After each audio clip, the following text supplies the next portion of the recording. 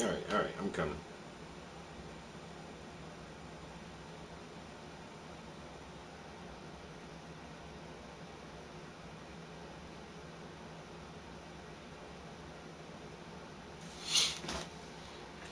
I'm coming. I'm coming.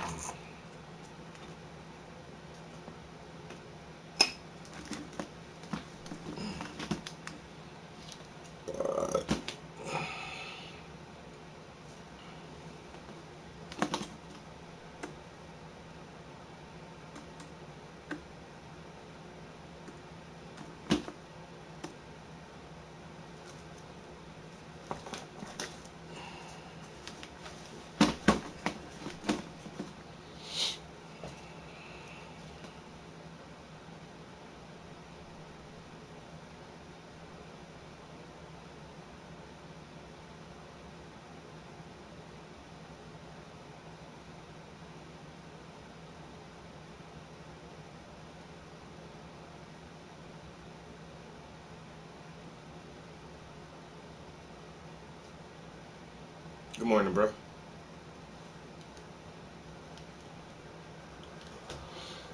Good morning to you.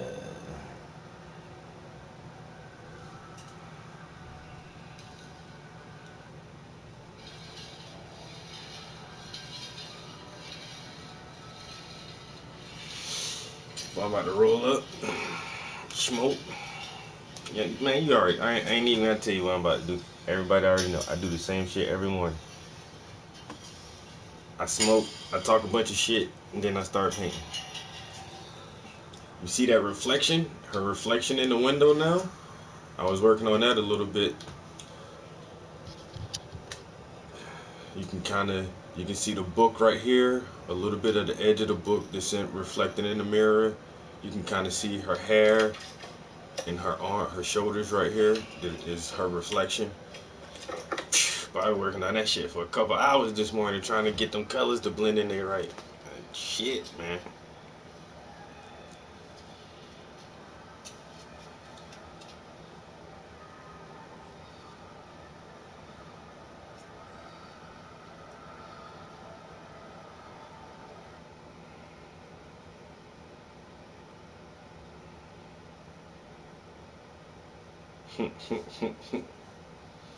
Ah, yeah. Now you see. You can see that reflection in that glass. Ah.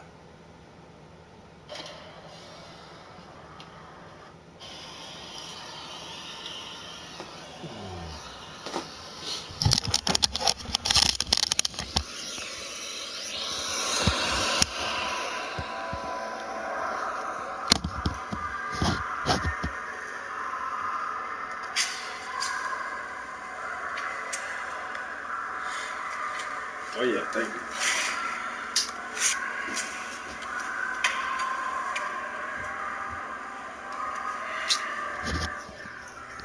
Yeah, check your boy out in the gym, son. And you know what I can do? I'm about to run to the bathroom real quick.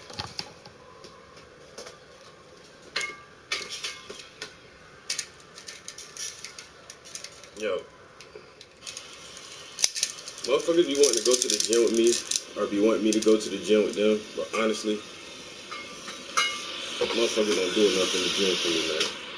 Like doing one set and then taking a break and doing another set and take a break. I don't work out like that. I do what they call supersets. And here's an example of a couple superset exercises I did this morning. I was doing this about 6 o'clock this morning. Came home, take a shower, did some shit around the house, and then get in the studio. I'll be up early all day, every day.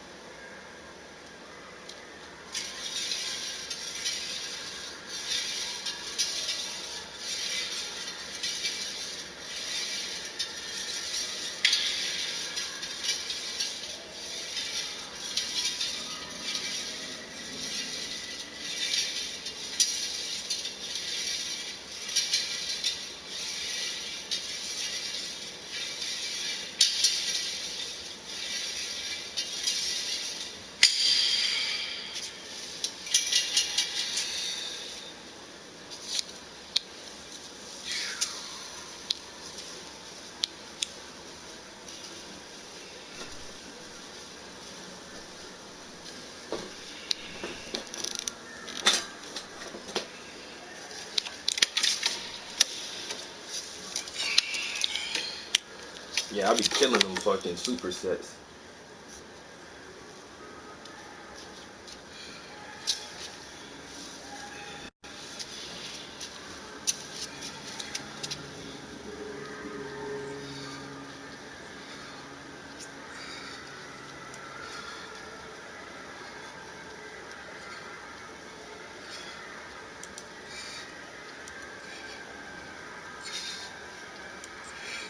Alright, I'll be right back on my side.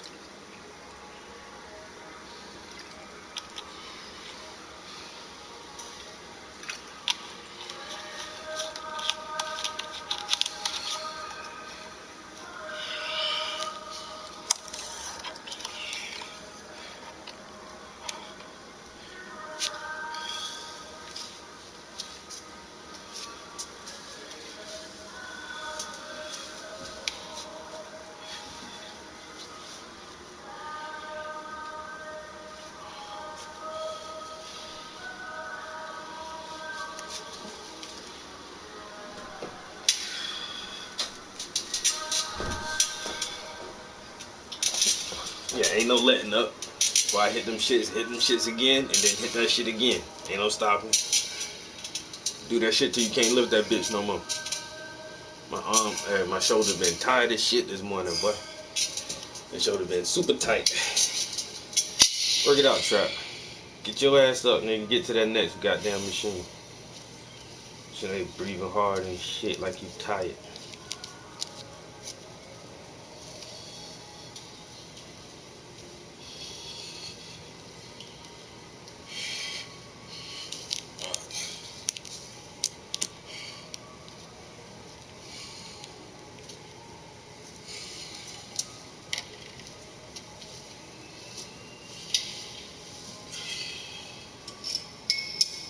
That's right. Put some more weight on that bitch. Add 10 more pounds of that shit. Make it heavy. God damn it.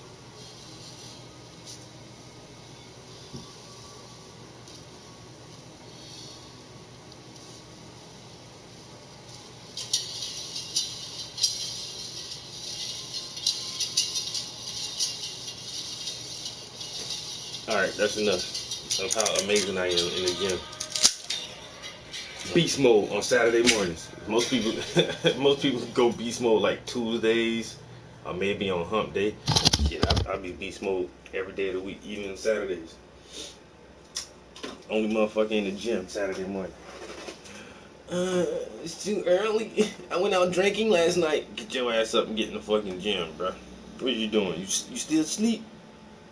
Mm. Mm-mm.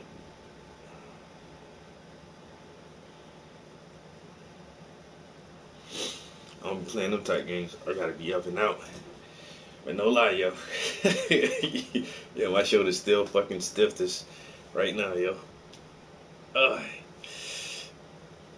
I can still feel that shit. Damn.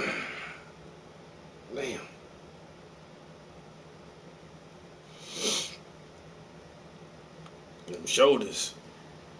Trying to get that right there. Get that lump to get bigger. So when I walk through the club and bump shoulders with a motherfucker, they might fall to the floor. You know what I'm saying? Don't try to bump me, sir. I know I'm kind of short, but I'm stocky. So please don't bump me. I'm gonna bump you. I'm gonna shoulder bump you back as hard as I can.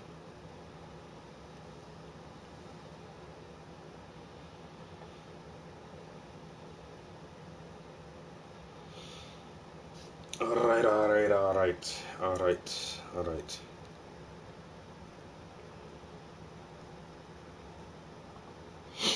Now it's time for some smoky. Get this day started off right. Some meditation and medication. And medication, you know what I'm saying? You can't be basic with your medication. You gotta be flagrant. Matter of fact, my medication is fragrant. Connected to Galaxy Tab A2016 and iPhone. You better be connected to this Galaxy Tab.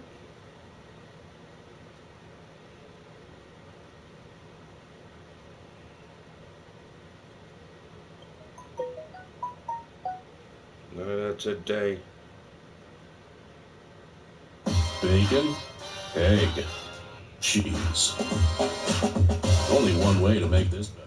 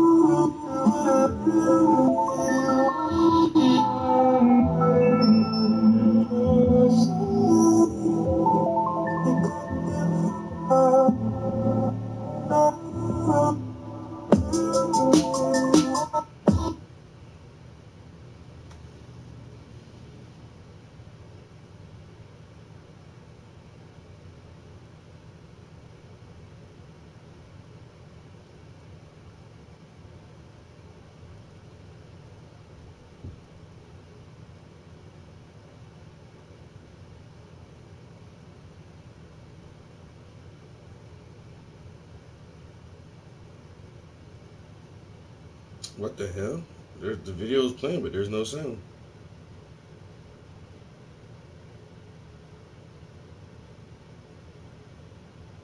What happened to my sound?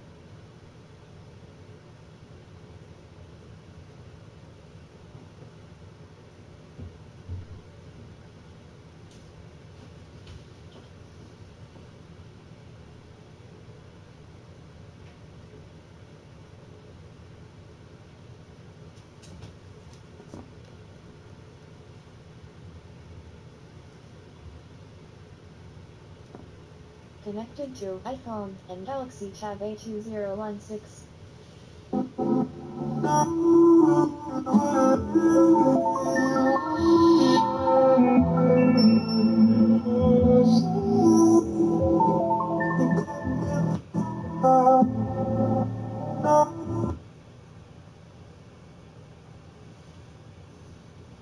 Yo, why when I try to skip to a different track and it stops playing?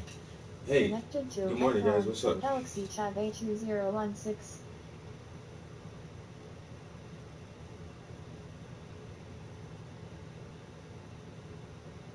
Why won't you play? The fuck is your problem? Connected to iPhone. Connected to Galaxy Tab A2016. I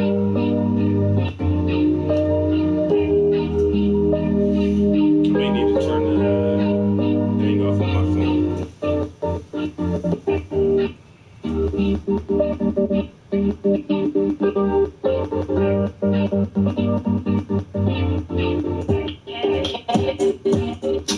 That shit ain't supposed to sound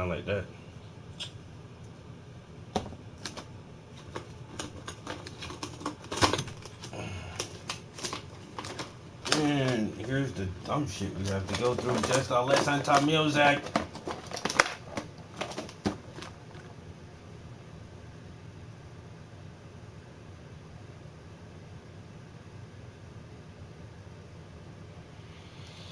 The dumb shit we have to go through just to listen to the music.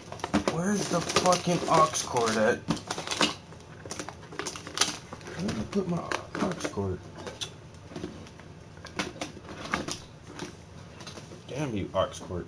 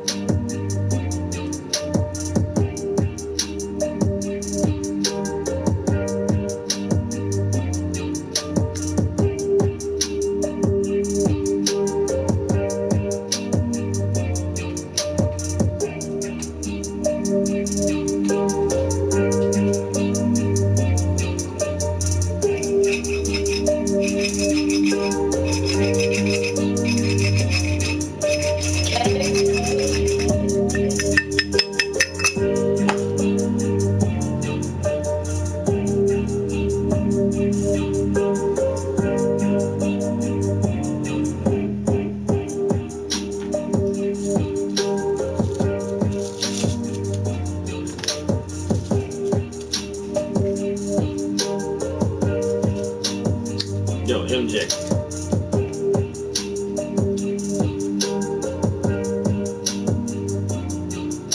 That shit say all natural. What up, guys?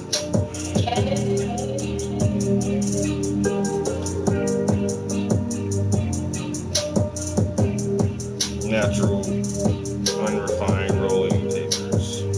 That's that raw. Then you get the fucking the raw tips.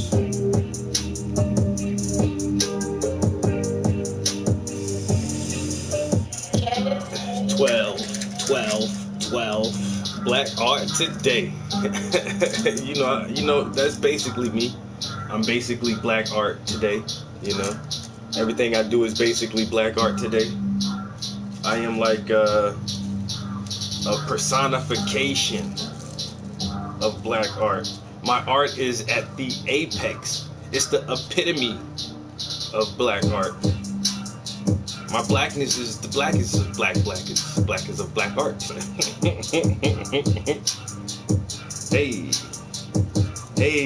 Hey, black art today. Hey, got that black art today. Hey, got that black art today. Hey, no need to paint my face, cause I got a black one anyway. Black art today. Hey.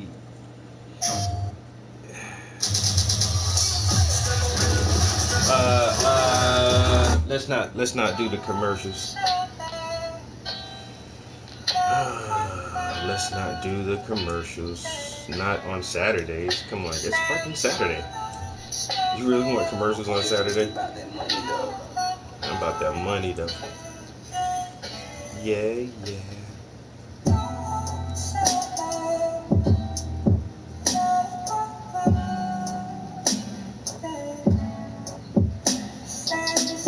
Yep.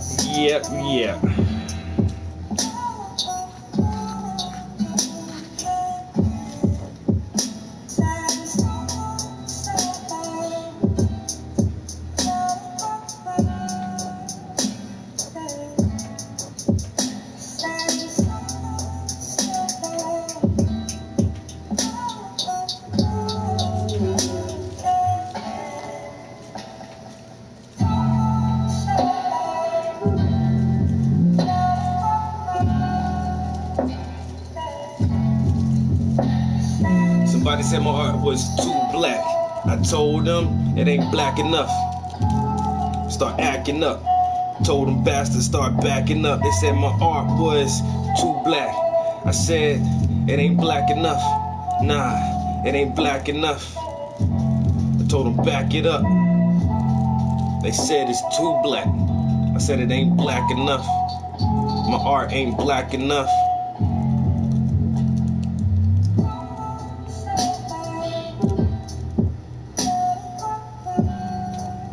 Come on, hey, come on, man. Hey, somebody give me a round of applause. You know what I'm saying? Now y'all just saw me roll this. This ain't no pre-roll or nothing, man. This ain't no cone. Look how nice and straight that. This ain't come out no rolling machine or nothing, man. I just did that with my hands. That shit look like a cigarette.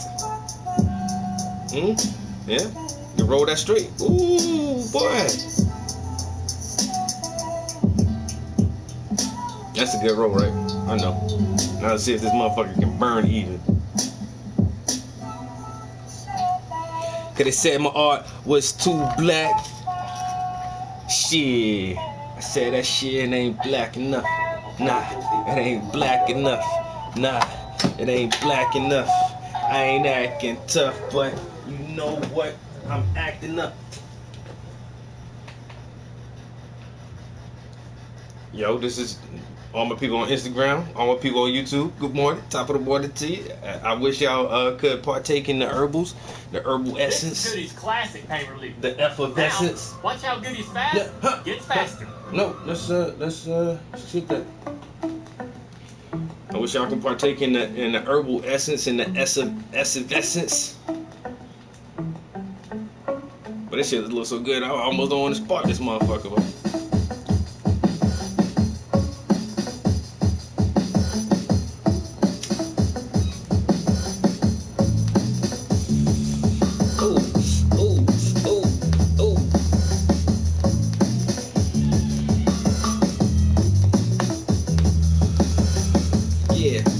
Tell you what the business is. I hand roll my cigarettes, puff the weed and I get it in. Ooh, so let me tell you what the business is. I hand roll my cigarettes and I puff that weed and get it in. Ooh, so let me tell you what the business is. I hand roll my cigarettes and I puff that weed and get it in. Ooh, so let me tell you what the business is. Tell you what the business is. Hand roll my cigarettes. I hand roll my cigarettes. I puff the weed and get it in. I blend it nice. I roll it tight. It smokes so nice. Every morning, ooh, like every night, so I can be in the studio. No, I don't write. I get the brushes, I paint out of sight. That black art, that black art, that black art. 2 days, so let me think 2 ways. I say hey and good morning. Hasta luego, niggas. I see you. Yo, hey.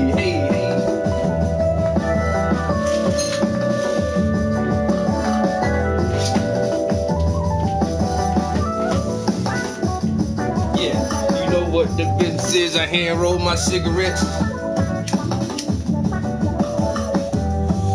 Cause I hand roll my cigarettes, I puff the weed and I get it in. I puff the weed and I get it in. You know what the business is, I hand roll my cigarettes. I puff on that weed and I get it in. I get it in like ooh.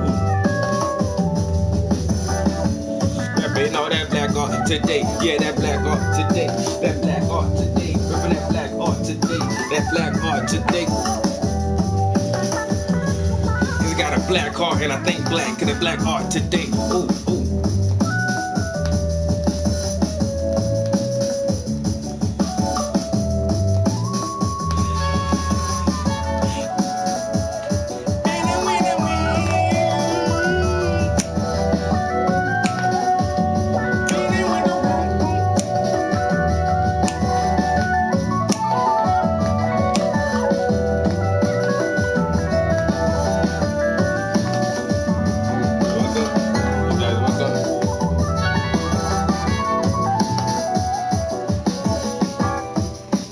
Tell you what the business is, I hand roll my cigarettes, I smoke weed and I get it in. Oh.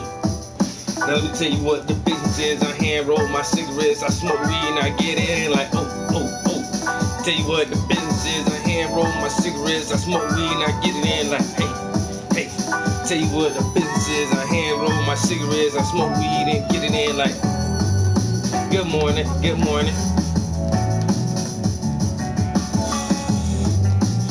tell you what the business is. Good morning, good morning.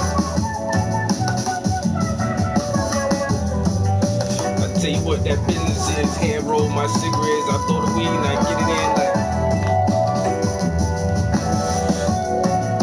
Good morning, good morning.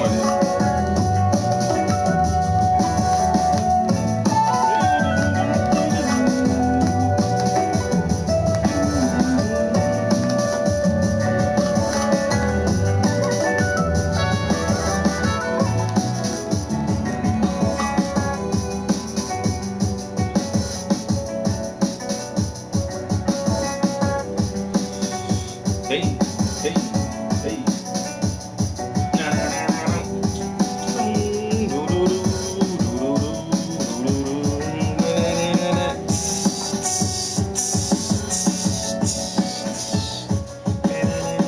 This shit burns so even and smooth, and I should just move to Cuba and roll cigars for a living. There has to be a good job somewhere in Cuba rolling cigars. You see how even that shit burning, man? Look at the even burn on that shit. This is called a professional grade roll.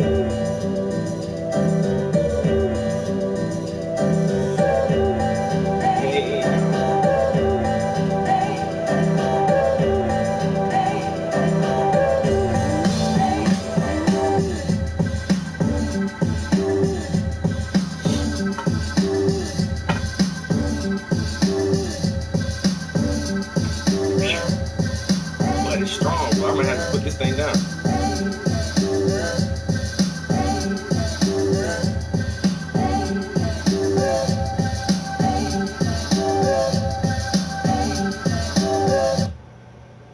Bozy, what it do? Show your bank who's the boss of your money. Top of the morning to Ally. you. Do it right. Top of the morning to you. On this piece right here today, man, trying to work on the storefront. This is a homage beat. Oh, I'm gonna waste the weed. Ooh, don't do that. So y'all can see, like, you can start to see her reflection in the glass now. So that's kind of what I've been doing early this morning. I didn't stream that part. But she's actually sitting outside of a deli cafe with a nice glass front window, so you can see items inside the building on the shelf. There's a glass front, and now you can kind of make out the reflection of the book,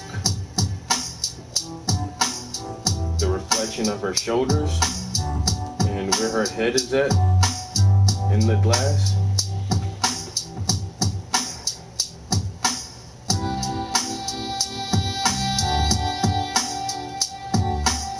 That's what I was focusing on this morning. About to hop back on that in a minute.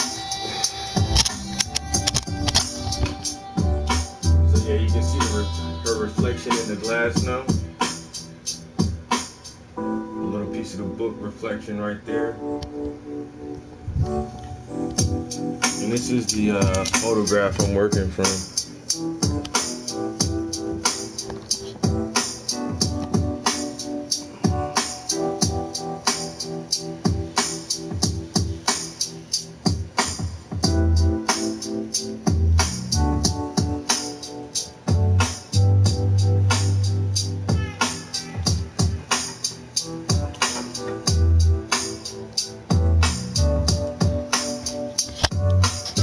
This is going to be the next installment in the Rita series, and it's coming along nicely. Oh, did I waste it? Did I drop it? Oh, shit.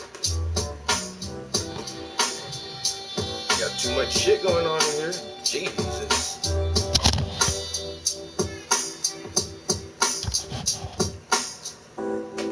Got the shit all in my way. They call it obstacles. And every single day, I box with them. Cause I never ever pray. I know my inner vision. Yeah. I lost that. I was trying to get on some metaphysical shit, yo. And that's the hard part about freestyling. What you gonna say? That shit gonna make sense? I can just say skirt, skirt in the skirt, man. Get bitches in the. But that shit ain't fun, man. That shit ain't no mental exercise. That shit ain't challenging you. Yeah, 2 feet trying to balance you. But man, the malice do the bad shit that the average do. So you gotta come above that, but yeah, so you gotta come above that, beyond the surface, past superficial. I speak these riddles on these instrumentals, and I make your mind tickle. That means that you thinking, yeah, and that's a riddle in itself, a conundrum, a paradox. We gotta open Pandora's box, so we can find the truth and teach that shit back to our children and youth. Cause they all need to know the secrets. They all need to know the secrets that the elder books been keeping. Ooh, but they all need to know the secrets that the elder books been keeping. I don't have a lot of time to tell you. If you switch to Liberty Mutual, I'm really you can just save teaching. I ain't never $782. trying to preach it. Yeah. I'm really just teaching. I ain't never trying to preach it. But motherfuckers get latched to you like leeches. Motherfuckers try to clap at you like bleachers. But I know you standing, still observing my features. If I get angry, it's that of a creature. But it's still nice to meet you in the flesh. Yes, I guess I will not put you to the test. I just want to conversate and do the best that I can to spread these information and this knowledge. Man, I'm trying to make it through the garbage, cause this whole world is trashy. This whole world is trashy. I'm trying to get classy from ashy, so I stay lotioned up, smoothing out my melanin, keeping it glistening, because I'm trying to win. Oh, but the system set for me to fail. The system set for me to bring malice and hell, like I'm the Antichrist. With no bell, my niggas sit behind them bars, smoking a little weed. Now they living with these scars and all these felonies. So if they ever see the outside again, they could never ever be a part of the general population. Just another statistic, another man waiting. 3 strikes and you out, that's no debating. Talking about this politics, I really start to hate the fucking system of this white supremacy that they set up. And yes, I see it's messed up, and yes, I see I'm fed up. So yes, it must be warriors and soldiers trying to get it. If they wed up, we met up late nights trying to build a new cipher. I'm still sending kites, I'm still trying to write the brothers in the cell, cause I know it's living hell. And even on the streets we still ain't living well, cause we out here trying to sell these barbiturates and all these drugs that criminals get from the real fucking dealers. If you on the corner, then it's never been realer, cause peddling drugs ain't no fun. Yeah, hustling with thugs ain't no fun. Nah, juggling guns ain't no fun. Nah, cause you risking your life and risking your funds. Fuck it, man, I'm done.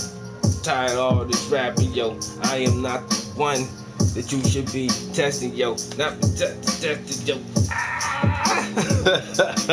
When.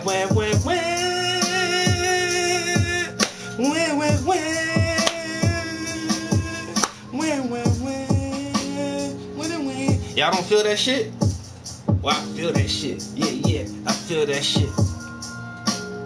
It must be the beats per minute that help me put my soul in it. I know that my soul is infinite. Yeah, and that's somebody just to let put my soul in it, cause my soul is infinite. Because the soul is infinite. What rhymes with infinite? God damn, I'm stuck.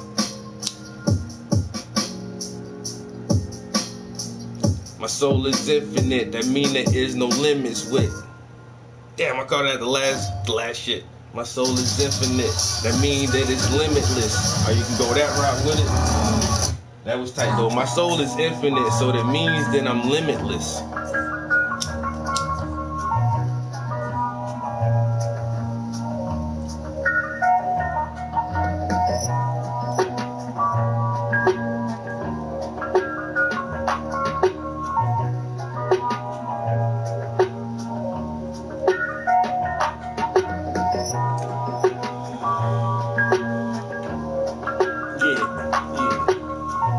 My soul is infinite, that mean it's limitless, that mean it's limitless. My soul is infinite, that mean I'm limitless. I'm a Arnold, you a Benedict. My soul is limitless, that mean it's infinite. I'm a Arnold, you a Benedict. Yeah, and you Benedict since day one, no benefits. And hey son, I'm limitless because I realized that my soul is infinite. I'm a part of the one consciousness, and that is the all, yo, that is limitless. Yeah, and that is limitless. I realized that my soul is infinite because I'm a part of the one. There's only one fucking conscious.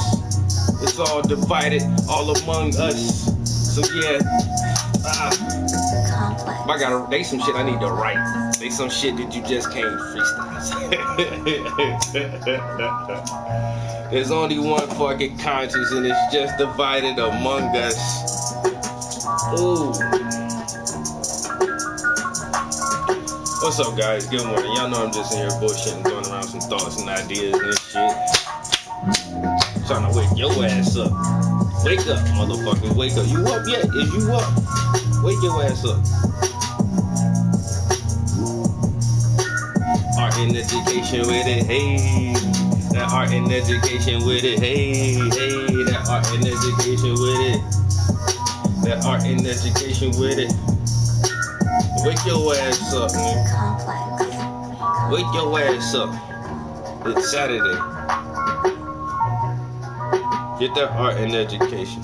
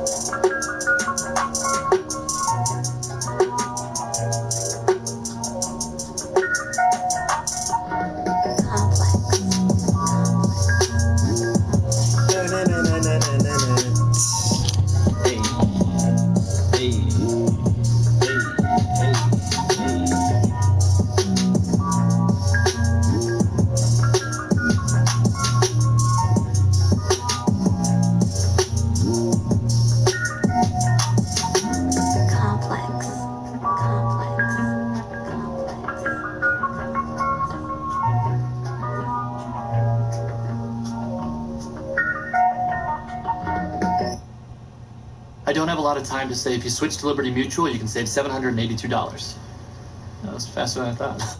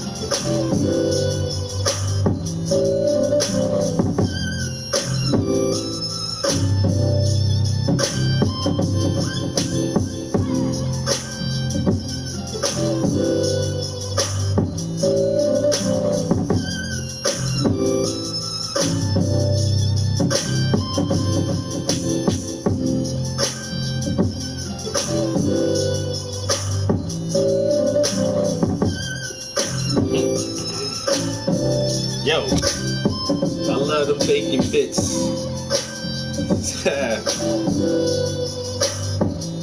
Let me taste a bit. Put the bacon bits on the salad. No challenge, just a couple of croutons and some vinaigrette dressing to get it wet. Yes, that's a lesson, cause I'm not a vegan, but lettuce is the best, and I love a good salad. I love a good salad. Throw some bacon bits on it. Yeah, it's no challenge, just some croutons and the vinaigrette dressing to get it wet. Yeah, listen, this is a lesson. No, I'm not a vegan, but ooh, I love that lettuce.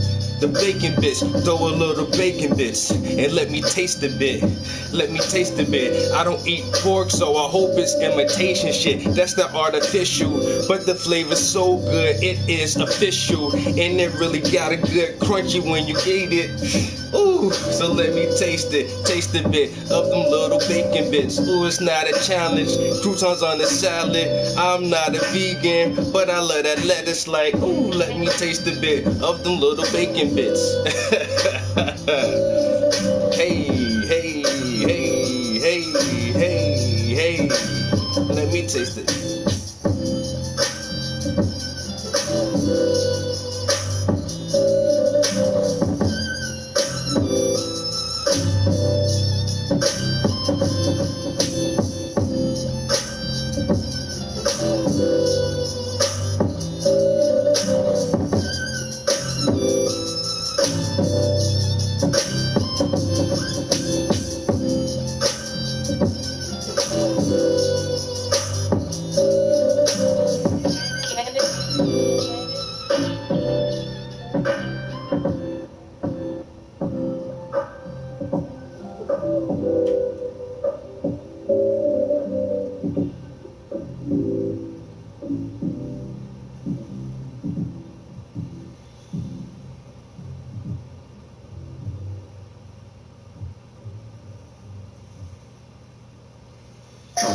Play on PS4 Pro.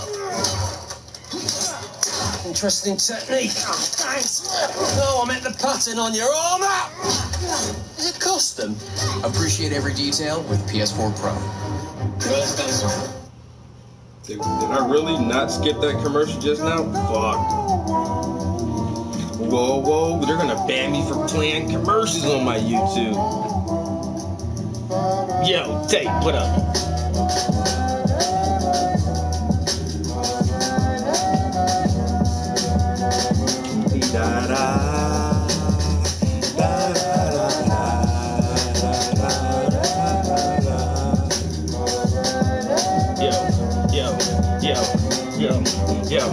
Yo, and you, yeah, and I come from the Philly, growing up, toting that Mac Millie. I smoke a lot of bud, I get it from Taste Willie, cause he always shows love, yeah, and that's the really, and you know the dilly, it never fails, cause if you want a millie, I come with that braille, that means I come with them knuckles to them snails, cause you moving too slow and your ass is too frail, you get broken down, nigga, like bones and scales, fuck that shit, nigga, way up the wells, and I got that fist scale, that's that quinine, if you need that shit, I got cyanide, cause I might kill with this quick lines in these bars. I ain't lying, I'm going too far and staying on the beat when you thought I lost it. That's amazing, boy, cause I keep on flossing, and I'm an old ass man. I'm an old head cause I look like a young boy with these nice dreads, and I got a cute smile and some nice ass dimples, but I flow like a beast when I'm on these instrumentals. Let me make it too simple. Jay Boozy, Bitcoin say he got a bet from him and his friends, so what it do? Spit that shit, let it begin. Do you really think this a freestyle? Yes it is, cause ooh, la da da da. At least it was a PlayStation commercial. So me and my friends just made a bet. We need your help. I bet that wasn't a freestyle. That was a freestyle. That what y'all bet? It's like, tell him, hey, Taste Willie know that Dilly. I used to get weed from him back in Philly. Ooh,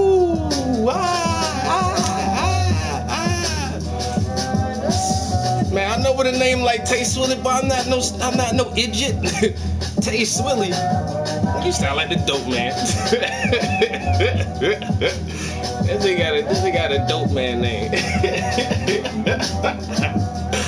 Hey, I ain't no grower, but this the trap house, so you know the day. Hey, the shit go hand in hand. You know what I'm saying? You know a motherfucking name Smiz. You know Smiz. He hustle something, yo, motherfucker. They just certain names you already know, yo.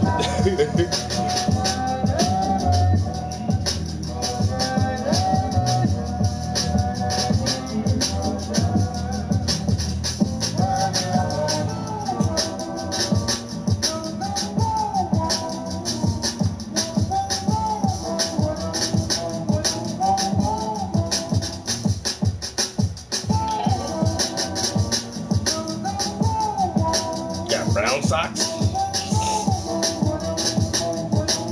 I don't know what the fuck that is about, son.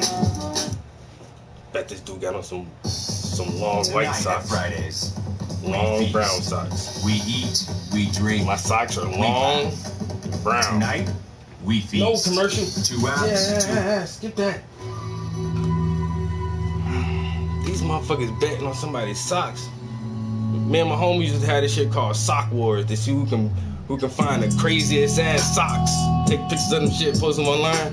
Yo, one of my homeboy got so crazy with his socks, he just started making his own socks, nigga. He just made his own socks.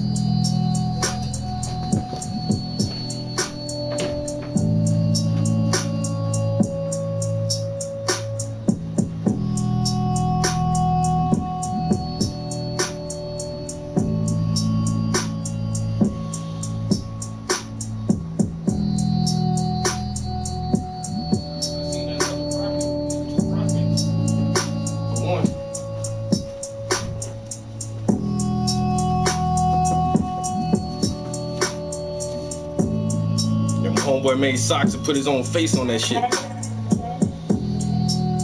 You know I had to get a pair. Sock Wars.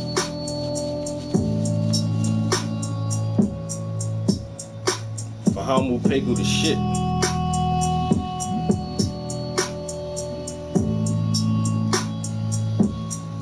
Y'all ain't got no socks like that.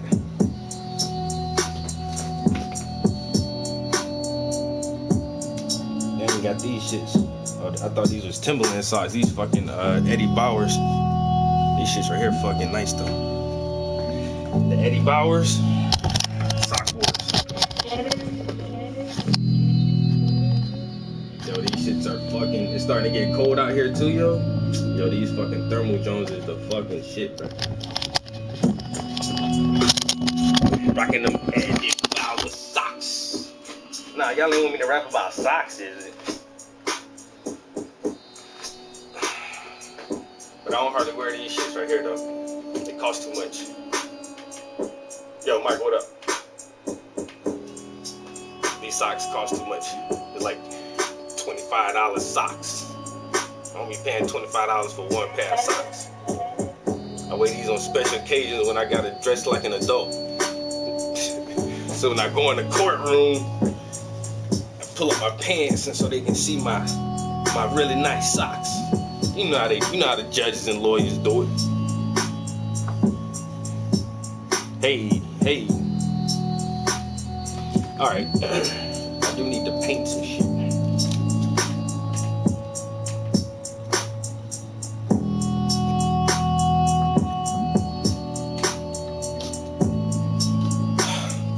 This shit is delicious, man. Y'all wanna drink water?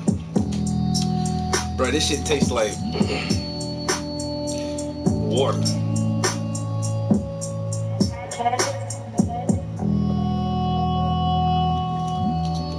But the thing about water is your body can tell the difference between this and anything else you drink. Your body be craving this shit. Oh, bruh. I don't drink nothing but water. Oh, you got soccer? That they won't miss that. They said about 3 water bottles in there. Brian with the Y, right? Yeah, when can they close? Water. Alright, commercials. Jesus. This video is brought to you by Catbeast.com. Really? Design your own custom snapbacks and hats. I can? You can design your own custom snapbacks and hats. Alright. Alright.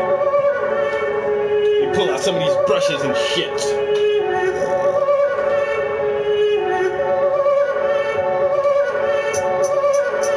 double or nothing. What color underwear I have on, I'm not showing you guys that.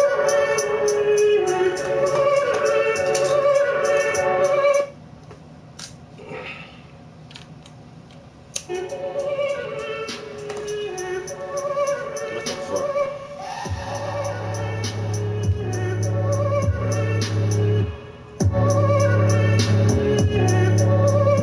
I hope Bacon Bits is a girl too, yo. Goddamn. I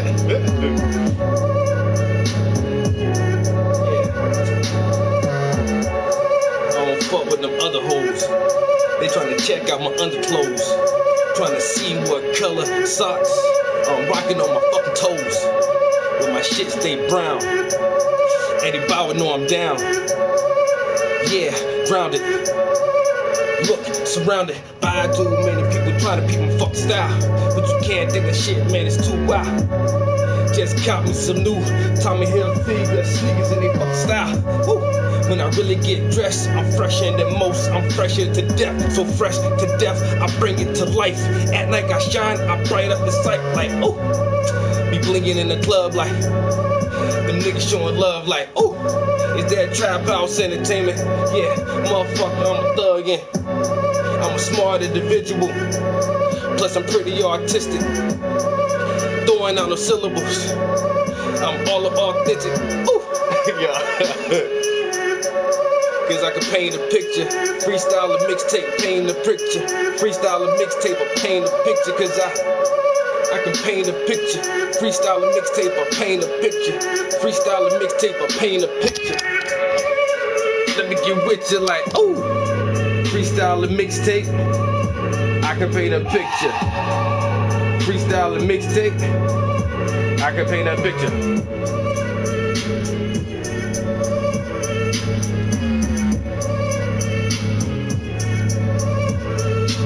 The bottom of my socks had writing on it. Nah. It says Eddie Bauer right here on the top of the sock. On the bottom of the sock. It's just designs.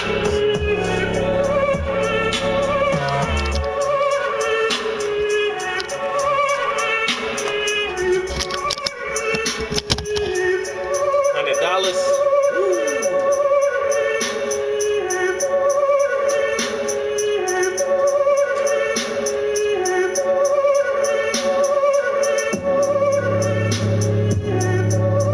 The last time I lost $100 bet was the last time I ever gambled on anything, on 2K,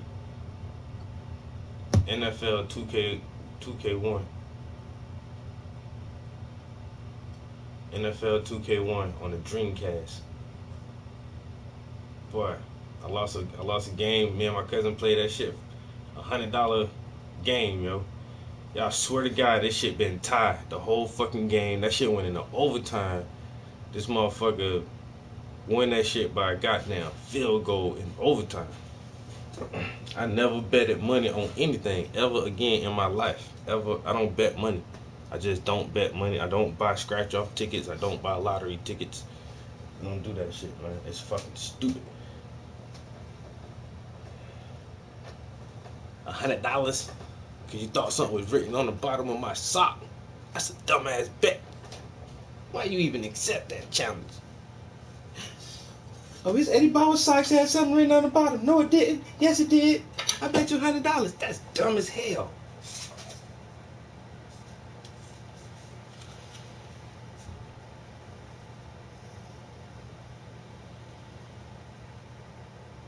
Dumb as hell. I don't even know why I participated in that. It was a $100 bet. Hey, a bet's a bet.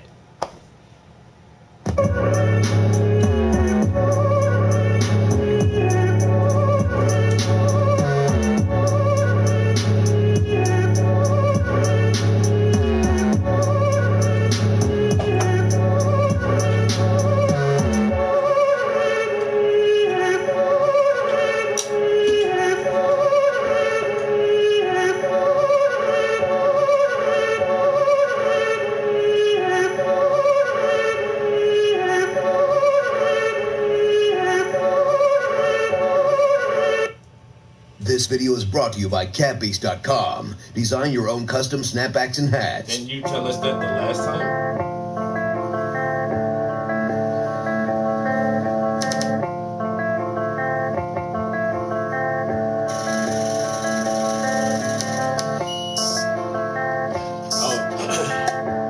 Yo, the Locks gonna be around the way tonight too, yo. All three of them. The last time, a couple months ago, Jada Kiss came through by himself and did a little set at the local club and shit. But this time, tonight, it's all three of them: Sheet Luch, Ghost, and Kiss. But I ain't going. I'm not going. Cause it's at a club and not like a concert. If that shit was like some concert, like some real shit, I go to that shit. Man, them little clubs, man. That shit be too packed, too hot for me. I don't like that shit. I get claustrophobic around motherfuckers, man. But I need goddamn space. That's it though. They don't never no real big headline hip hop tours don't come through this way. They need to.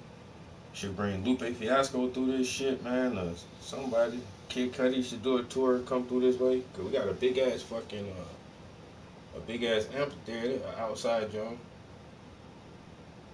All the rock bands come through that shit. The Warped Tour and motherfucking Kid Rock and motherfuckers like that come through that shit all the goddamn time.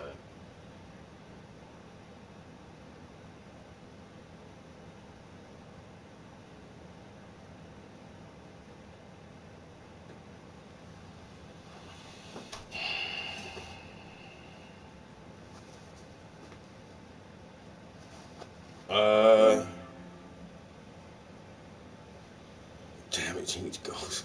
Honestly, guys, if I'm not even bullshitting you, like I got over 400 friend requests on PlayStation. I got like 420 friend requests pending, like just sitting there pending.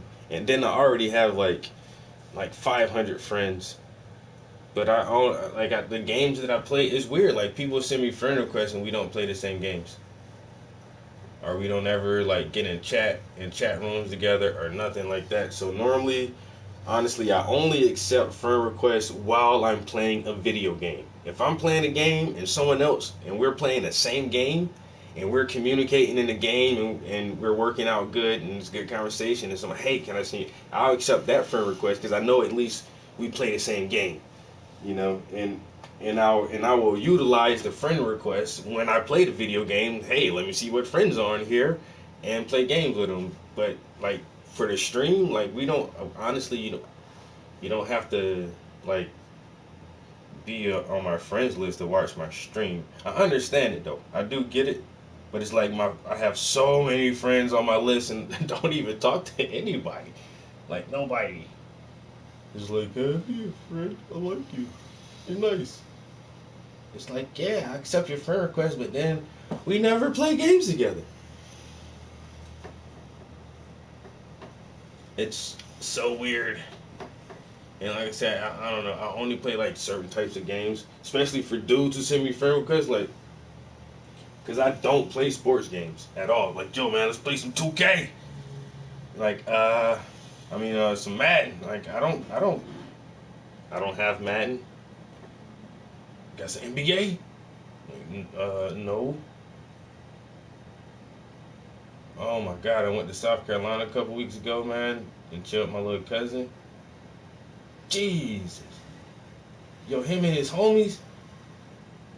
Is that NBA 2K? I don't know. I think it's the new basketball game.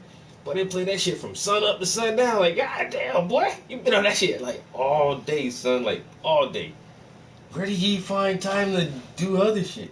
And his fucking homies are on there with him. Like, they be doing that courtside shit, I guess. That's like pick up courts or whatever. And it's him and two of his homies. Bruh. And them two motherfuckers would be like all day with him. I'd have grabbed the headset from him and cursed these motherfuckers out. Man, y'all niggas ain't got shit else to do. All three y'all. Just sit here all day, and I ain't got no girlfriends or no jobs or nothing. Oh, I gotta go to work later. This and that. Like, nigga, y'all, man, y'all. Oh my damn. That's how I know, like, I'm not losing a love of gaming. I'm just getting old. It's like, what the fuck? I have priorities. I never knew this day would come where I should be doing something else other than playing video games. I hate that shit.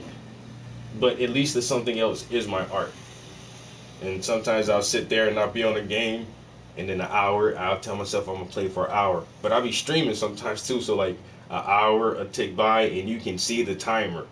And I'm like, oh, I'll just play for another hour. And then 2 hours tick by and it's like, I should go paint something right now. And then it's like another hour goes by and it's like, fuck. And then I do start feeling guilty, like, damn, just played the game for 3 hours when I could have had my black ass in the studio for 3 hours. But, you know, this is just as fun as video games. And this shit gets me money. Video games don't. That's the difference that I've come to appreciate about my art. Like, I do love video games, man, and I got a real passion for them because it is interactive art. Everything in a video game has to be designed from someone's imagination. Like, it's art. It's a true art form. Creating a video game is a true art form. A video game is a piece of art, and it's a digital interactive art medium that you get to interact with, and that's why I love it so much. But I don't get paid from playing video games like some people, so I need to stay my black ass in the studio and paint some old paintings. Get off them goddamn video games. Your time running out, motherfuckers. Hurry up.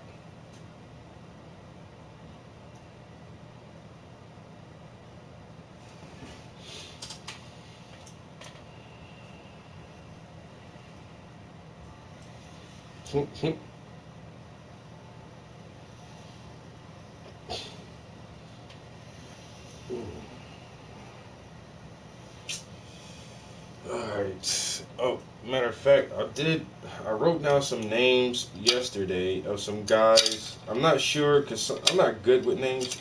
Fuck you, brushes. Just set them here, sit down, brush. I'm not really good with names, so I don't know if I've heard these guys or not, but I'm going to check out some of their stuff real quick.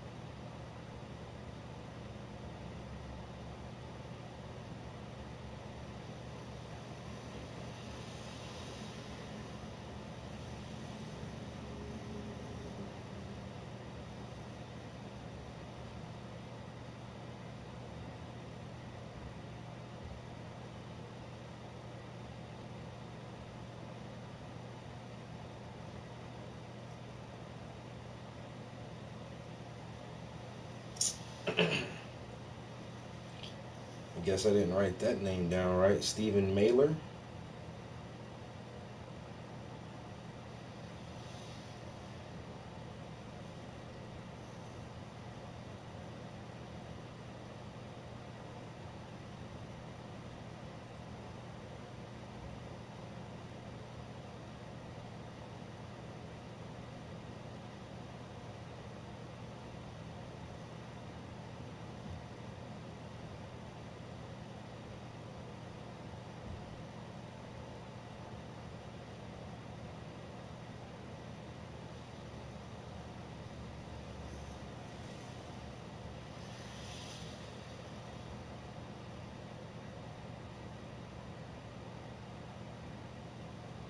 Oh, fuck.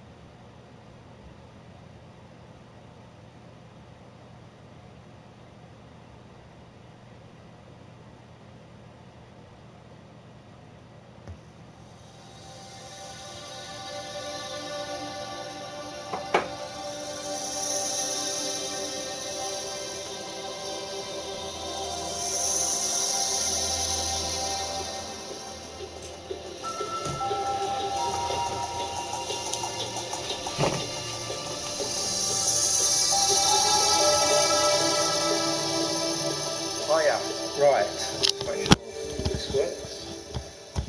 Go. Right. Good. Okay, well, we've got 45,000 years of history to get through, so we better get on, I think. But, I mean, look, we've heard a lot of great lectures today, and it's all about the megalithic culture and their achievements over the last 5,500 years. But in all honesty, that's not when it begins. It begins much, much earlier than that. In fact, I can show you that it almost certainly begins in the Paleolithic age. And the evidence is mounting for this, not just with Göbekli Tepe, but other places and other sites and other discoveries, which I'm going to show you today.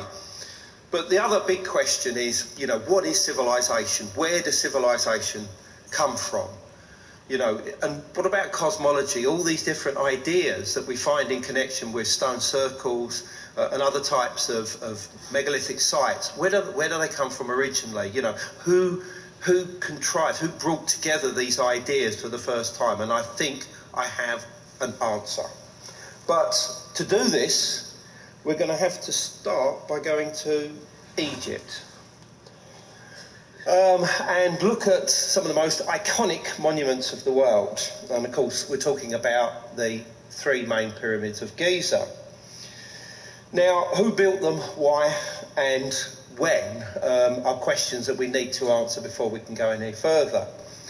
Now, call me old-fashioned, if you like, but I think that they were actually constructed by the pharaohs Khufu, Khafre and Menkaure, and that almost certainly, sorry to flick that too quickly, they were constructed in what's known as the Old Kingdom period of ancient Egyptian history, in the so-called 4th dynasty, approximately around 2550 to 2500 BC.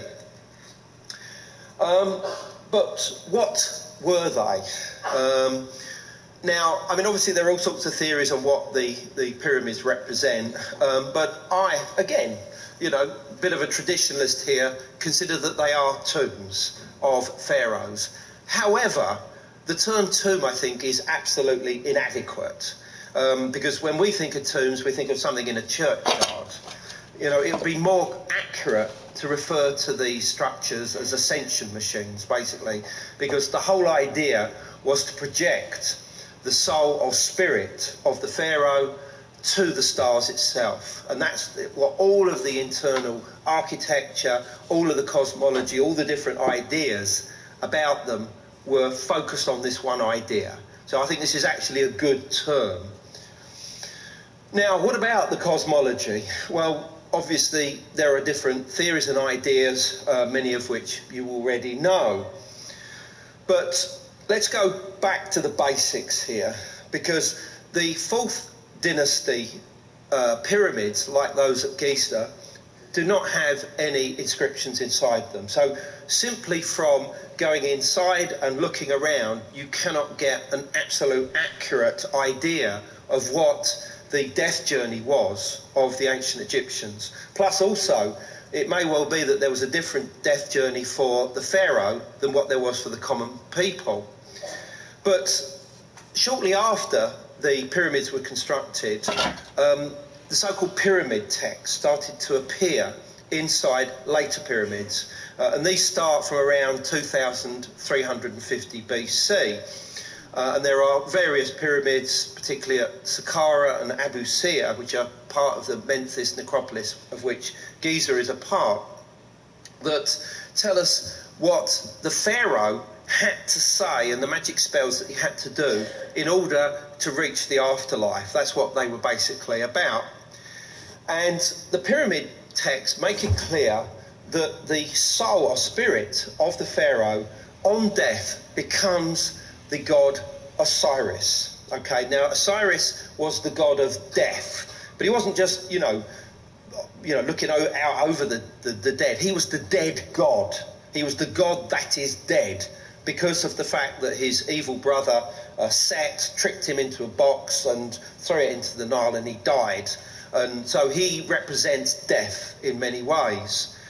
But basically, in addition to this identification, the pharaoh had to go through a specific cosmic geography to reach the afterlife. And this begins with him or her going to the horizon, the western horizon, and then going underneath the earth in something that was known as the Duat. And what they would then do is go through various trials and tribulations, which is why they would need all these magic spells and sayings to deal with all of the monsters and demons and creatures that they would encounter. And he would then appear at just before dawn on the eastern horizon, and would then rise up into the sky to be greeted by a god named Sa, and also Sa's sister, Sopdet. Now, these are stars, and almost certainly they are represented in the sky by Orion and by Sirius. Now, these are constellations of the southern sky, essentially, eastern stroke southern sky. And there doesn't seem to be any doubt about this. RKO astronomers are quite happy to accept this. However, and this is the big however, the journey does not end there. Because what is quite clear from the pyramid texts is that they're directional. They start with the sarcophagus on the western end of the chambers, of which is where they're found in various of the pyramids, in fact nearly all of them. And they're then directional because they tell the journey, the journey to the pharaoh as he's travelling from west towards east, which obviously represents his movement through the Duat. But then, at the end, instead of it ending in the east, they then change and go towards the north. And the final sayings within the pyramid texts relate to, the pharaoh being pushed into the northern part of the sky. And here, so I'll come back to that in a sec, but here is the afterlife to be found. But people will say, well, hold on, this is obviously relating to later pyramids. What about the Great Pyramid and its neighbours? Well, the layout of the Great Pyramid and its neighbours is essentially the same as those from the later period, 5th and 6th dynasties. The sarcophagus is north-south orientated, it's in the western side, and the directionality is exactly the same. You go to the east, and then you turn to the north and go towards the place of the afterlife. And this is something which is quite obviously seen by the fact that the entrances to all of the main pyramids in the Memphis necropolis are towards the north. Here's the ones, for instance, behind me at Giza, and they all have their entrances facing towards the north. And these entrances are connected with these long passages, which, although we call them descending passages, because obviously we're going into them and descending down, are like gun barrels pointing the soul or spirit of the pharaoh towards the north. So where do they go in the north? Well, the last two main translators of the pyramid texts, who is R.O. Faulkner and James P. Allen, both make it clear in their commentaries that the pharaoh is going towards what are known as the indestructible or the imperishable stars. In other words, the stars that revolve around the centre of the sky in the north, and possibly even some of the stars that set just a little bit and then rise again, the so-called grazing stars. So this is the destination of the soul of the pharaoh, not Orion. Okay, Orion is a stepping stone towards the final place of the afterlife, the final land of the dead in ancient Egyptian tradition. So there are other things that are stated about what happens, not just after the mummy is interred within the sarcophagus, but where it goes after that. Because the sarcophagus, the coffin, even the sarcophagus chamber itself, all represent the womb of a goddess. And her name is Nuit, just N-U-T. Now, she is the sky goddess, and we're going to be encountering her shortly. But basically, it is suggested that the sarcophagus, and let's say the coffin and the chamber itself, are like a representation, like a material form of the cosmic womb of the goddess Nuit. Okay, and so basically, where in the sky is Nuit, if she's, you know, supposedly amongst the northern stars? Well, an American astronomer by the name of Ronald Wells looked into this and has written various academic papers, and he is pretty certain that it was in the vicinity of the constellation of Cygnus. Cygnus means swan in Latin.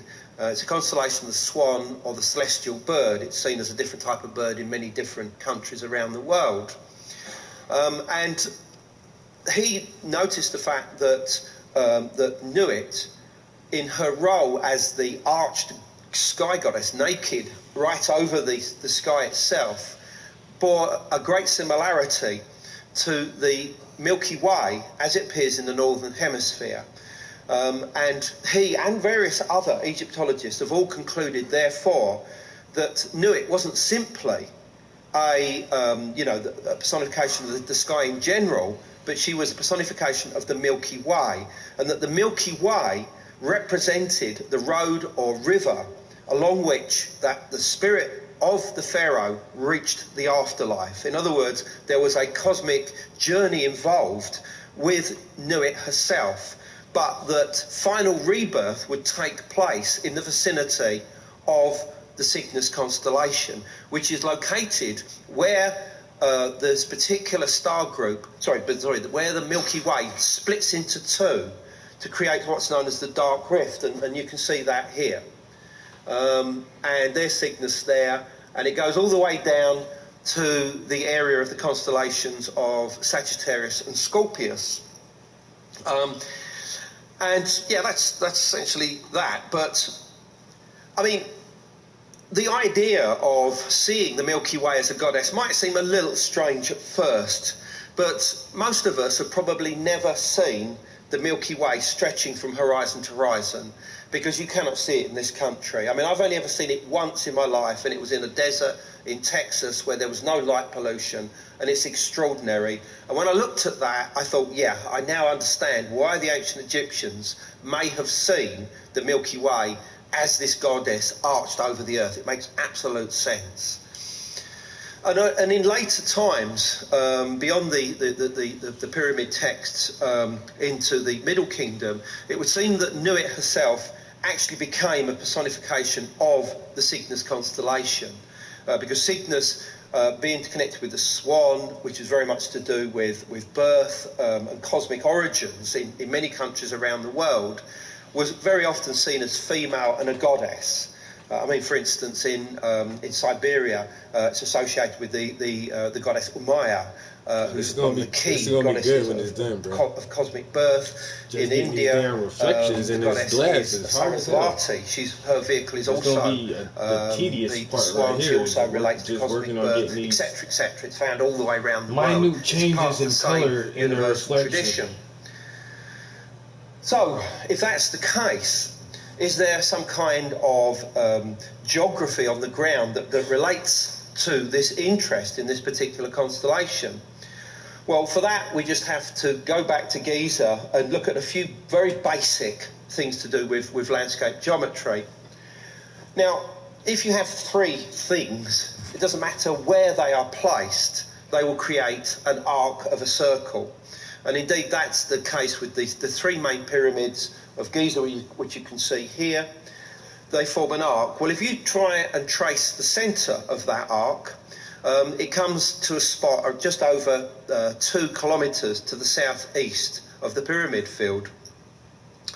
And if you continue that line to just under 3 kilometres, in fact it's about 2,900 kilometres along the exact line, something incredible can be seen. And that's the fact that the three so-called wing stars of Cygnus can be seen to set down into the three pyramids and extinguish into each of the three peaks, the three pyramidions as they would have been originally, even though they're not there today. And this was work done by my colleague Rodney Hale, who's been connected with the Earth Mysteries since the 1970s. I worked very closely with him in a lot of this work. And what you see here is not just some, drawing with a few lines on. This was done with a digital program that he created with all of the geographical coordinates of everything on the plateau, with all of the stars programmed into this and their movements to show how accurate this was. And this is what you would have seen. You'd have seen that the three wing stars, which you can see here, the third pyramid is on the left, and the stars would have set down one after the other into the three pyramids. Now there's a brighter star here. Here it is again, called Deneb, and we'll talk about that in a second. This is the view that you see now from that location towards the pyramid. Myself, Hugh and JJ were there earlier on this year, and we took these photographs from this old factory there, but quite clearly it's a view that is probably going to be blocked sometime soon because of all this urban development that's going up there, which is a shame, obviously. But not only do you have this relationship on the horizontal plane to do with the stars of Cygnus and the three pyramids, but it's also there in the vertical plane, because if you were to go overhead those three pyramids, each one is in the exact same geographical positions as the three stars as they are above. In other words, this connection with those three Cygnus stars works on two planes, the horizontal and the vertical. And that is very, very special, and I think very unique, because that's the best match of those stars against the three pyramids. But there's even more. I mean, obviously this is the Sphinx, as you can see here, but I'm not focusing on that. I'm focusing on that rocky knoll behind it, which is known as Jebel Gibli. I say, well, how we pronounce it. Obviously it's probably not pronounced like that locally. And it's also known as Tafaya, which means the beginning, the place of the beginning, the place where it starts, basically. And that's very interesting, because I am certain that this was the original survey point for the plateau. In other words, at the beginning of the Pyramid Age, a surveyor went up there and measured from that point outwards and created some kind of grand design, which ended up with the positioning of the three pyramids. But also, it's very interesting, because from this exact point, you can see the other star in Cygnus, the big bright one, Deneb, set perfectly down into the peak of the second pyramid. So again, this just seems beyond coincidence, and this is the tracking of that star that's digitally done by Rodney Hale to show how accurate it is. And that's for a date of around 2550 to 2500 BC. So where did all these ideas come from? If there is this connection with Cygnus, where did this cosmology come from? Well, I think the answer is a place called Helwan, somewhere that you probably have not come across before. But let me explain to you why it's important. Because going back to the pyramid field, if you extend those lines out a little bit more, up here you've got the second pyramid, Jebel Gibli, the centre of the arc circle, the convergence point, as we call it, which is where you see the 3 stars of Cygnus set down into position. If you carry along that exact line, which some people might call a ley line, if you continue it on about 20 miles, you come to the centre of what's today a thriving city, but was once a small village called Helwan. This is an incredibly important place for various reasons. I mean, firstly, you have an incredible view from here of all the main pyramid fields, including Giza. This is from Baedeker's Guide to Egypt, dating to 1884, and you can see, you know, the various pyramid fields. So there's a perfect view of the Giza pyramids from this point. But Helwan is important to us because in the late 19th century it became a spa resort because of the high elevation of the land there. It was the beginning also of the Arabian desert. And a lot of Europeans went over there and they obviously started walking around. And what they noticed was that around the springs, there were 3 different types of springs there. They were finding hundreds and thousands of stone tools. Now, some of them looked like this, and some of them were so beautiful, with such perfection, that the Egyptologists of the period refused to accept that they were old and said, oh, these must be medieval, you know, or at best to do with the ancient Egyptians. I mean, people like August Maria Karl Lepsius, really famous Egyptologists at the time, refused to accept anything was going on at Helwan. And this is one of the reasons why we're only rediscovering all of this today, because some of these tools we now know date to about 18 to 19,000 BC and continue on towards the end of the Paleolithic Age and pick up again around 8,000 BC and then carry on through the end of what's known as the pre-pottery Neolithic, about 6,000 BC. And after that, further settlements in the area continued the tradition right the way down to the time of the pharaohs and the time of the Pyramid Age. But what's also interesting is that there seems to be accounts, so-called building texts or creation accounts, that make reference to what is Helwan. At Edfu in southern Egypt, there is an incredible temple complex which was constructed quite late but replaced an older Old Kingdom structure.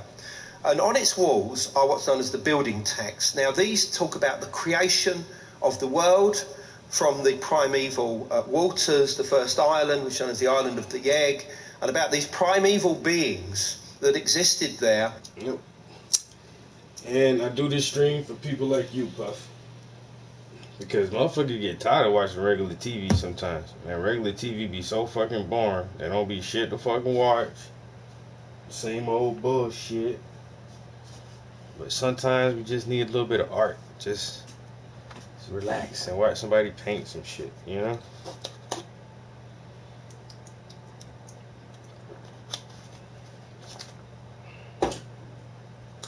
Yeah, I don't do it for myself. I can sit here with the camera off and I can still be listening to this same shit and still be painting just as fine, you know what I'm saying? But like I say, man, people need something different to watch sometimes other than the same old shit on TV. So I try to do my part. I contribute.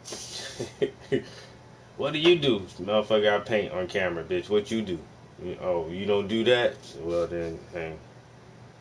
That end up creating the first structure, the first enclosure.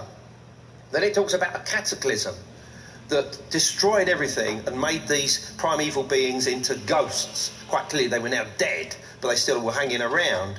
And then a new set of beings turn up who are quite clearly associated with the bird. In fact, the first lot were connected with the falcon as well, but the second lot are commanded by a leader called the Falcon, and they're known as the Sheptu, and they continue to the tradition after this cataclysm, which I'm pretty certain was this comet impact that we now know took place around 10,800 BC and rocked the world for several hundred years afterwards. And I think that almost certainly that's what it refers to. And my colleague Graham Hancock accepts this as well. And I think that this is something that's now pretty well established, that there was something terrible that took place in the world around this time, and that we are only now not just understanding it, but accepting the fact that it did take place in such recent, history. But these Edfu texts talk very specifically about the area where these begin in. They talk about the construction of the first enclosure where there was this structure that surrounds a spring or well, a primeval spring or well. And a woman by the name of E.A.E. Raymond, who was a Polish-born Egyptologist. Yeah, this motherfucker about to say E.I.E.I.O. on the Edfu building text, was pretty certain that this primeval structure, the first enclosure, first temple in Egypt, was located somewhere in the vicinity of Memphis. Now, Memphis is on the same latitude as Helwan, and for various reasons which I outline in the book, I am certain that this is where she was referring to. And it talks about this falcon actually coming out of what appears to be the north and landing on this perch and establishing like this second phase of activity at this place, the island of the egg, which is also known as the homeland of the primeval ones. And what's interesting is that at Edfu itself, not only are all these texts on the walls, and this is unique because it's the only place that we've got the complete text. I mean, they're mentioned here and there, and quite clearly they go back to the foundations of pharaonic history.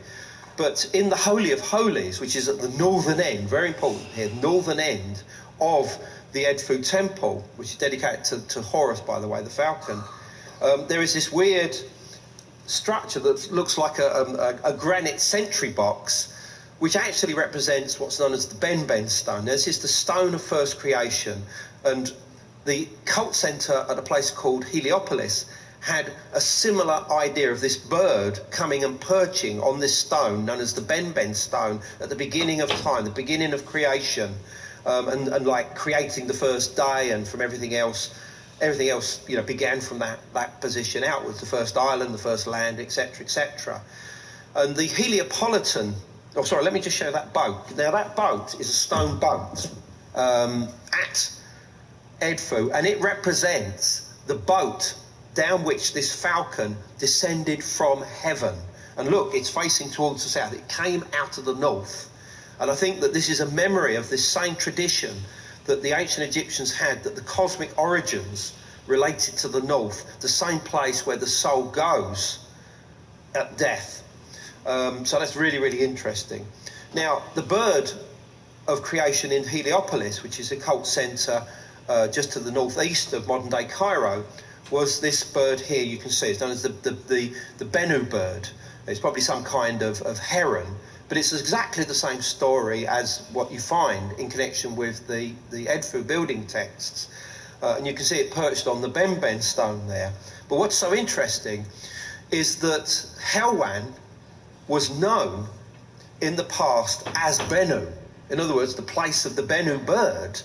And I argue that, and other people have suggested, Egyptologists, that Heliopolis itself was originally at Helwan, and that the current cult centre of Heliopolis, which was the centre of the god Ra or Re, which was very much associated with the cosmology of the pyramid fields at Giza, was essentially, they stole their creation myths and their traditions from Helwan and just basically wiped it clean and just forgot about it, basically.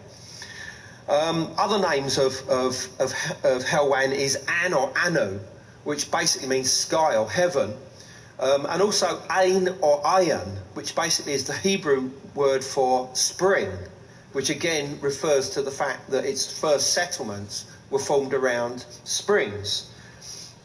And this was the original place of first creation, in my opinion.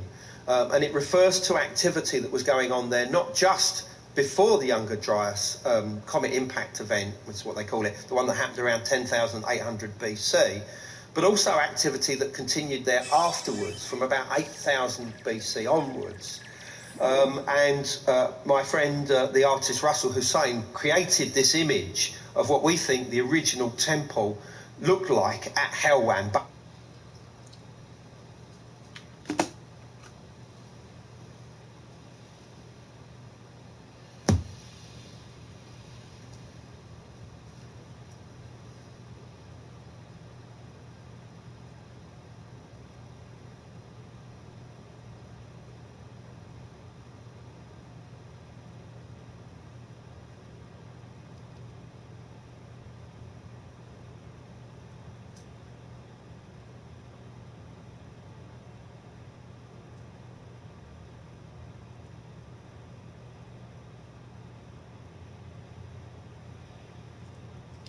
Yeah, I did get a call back from the Boys and Girls Club. It seems like they're waiting on my background results to come in. And it seems like as soon as they get that, they're going to give me the job, because the director called questioning me like, yo, did you get your fingerprints in your child abuse background yet? If you got it, bring it to us and let us know where you're at. I'm like, and so I called him back, and I didn't get anyone that when I called back, so I left a message saying that, hey, I went and got fingerprints, and they told me that. So when I went in, this how it was. They gave me a paper, right? I went to the Boys and Girls Club. They gave me the application and all that stuff, and said, hey, you gotta go get fingerprinted. But there's a paper you have to take to the fingerprinting place. And it says, go there and give them this paper so that they know it's for us. And I'm like, okay. So when I got there, I gave them the paper. The lady at the fingerprint said, because there was a code at the top, she said, did they give you this code or did you get it somewhere else? I said, no, the place that I'm applying for gave me this paper with this code on it. She said, okay. Went through the whole process. She gave me something like a receipt. I didn't pay for anything, but it kind of looked like a receipt that say that I was there on this date at this time and had, this process taken. And she said, give this to them with your application, and when your paperwork is done, it will be forwarded to the employer. And that's what I told him in the voicemail. Like, yo, they told me that you were going to get, that the facility would receive the information on me, not me. I guess if they sent it to me, I could edit it some type of way, or, try to falsify it or change something if it would be in, not in my best interest. So I guess that's why they send it directly to the employer or to whoever gave you the code. So that's why they said, did they give you this code or did you get it offline or something? I'm like, I didn't get it. So obviously I can't get the results. If I had probably gotten the code myself, and then they would give me the results myself, but someone else is seeking that information and not me exactly. So they're not going to just give it to me. And so that was yesterday. The day before yesterday, I got the voicemail. Yesterday, I called them back and left a voicemail. So we're just playing phone tag right now. I hope I explained myself well enough in the voicemail and just wait it out. Like, well, it's Saturday now, so I didn't get anything in the mail yesterday. So I don't know. I'm gonna just wait it out another week maybe and see. I feel like I got it in the bag. That's why I'm not even stressing about that shit, yo. I'm not even worrying about it. I'm just like waiting to go to work. Like, I'm just trying to paint as much as I can and just chill and relax, because soon I'll have to go back to work again. Which is okay. I like working, and then this is going to be something that I actually want to fucking do. Hey, I get to teach kids how to paint and shit. Who wouldn't want that job? Oh, somebody who doesn't like kids or somebody who doesn't know how to paint. There's plenty of people who wouldn't want that job, but I'm not one of them. I'm one of the people who wants that job, because I'm going to teach kids how to paint.